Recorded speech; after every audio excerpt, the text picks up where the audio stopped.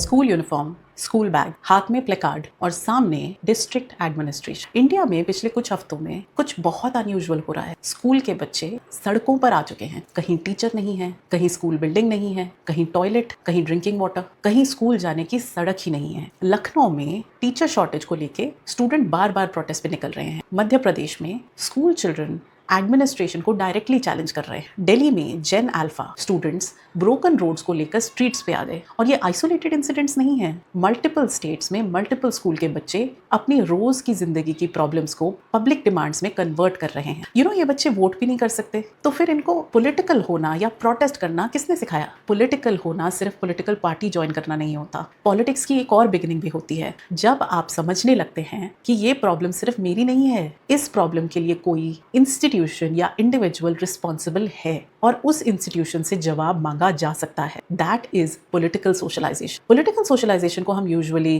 Family, school, peer group और media से associate करते थे, लेकिन जेन अल्फा के पास एक और क्लासरूम है, द स्मार्टफोन। ये जनरेशन प्रोटेस्ट को देख रही है। Slogans, videos, hashtags, reels, officers responding. एक डिस्ट्रिक्ट के बच्चे प्रोटेस्ट कर रहे हैं तो दूसरे स्कूल के दूसरे डिस्ट्रिक्ट के बच्चे उसे देख सकते हैं। अच्छा, ये डिमांड ऐसे भी रखी जा सकती है। And suddenly protest itself can become socially learned behaviour. इन बच्चों के लिए स्टेट कोई एब्स्ट्रैक्ट चैप्टर नहीं है। स्टेट उनकी रोज की जिंदगी में एंटर कर चुका है। For a child, the state can be something you experience before you start learning it in your textbooks. आज के बच्चे सिर्फ स्टूडेंट्स नहीं हैं, he or she has started behaving like a citizen. इन बच्चों को देखकर बहुत से लोगों के मन में ये सवाल आता होगा कि are these children becoming political or are they learning citizenship? दोनों सेम चीज नहीं है। टीचर मांगना आइडियोलॉजी नहीं है, फंक्शनल टॉयलेट्स मांगना पार्टी पॉलिटिक्स नहीं है, सेफ रोड्स मांगना कैंपेन नहीं है। इट कैन सिंपली मीन मुझे पता है कि पब्लिक इंस्टीट्यूशन से एक्सपेक्ट क्या किया जा सकता है, एंड जब वो नहीं मिलता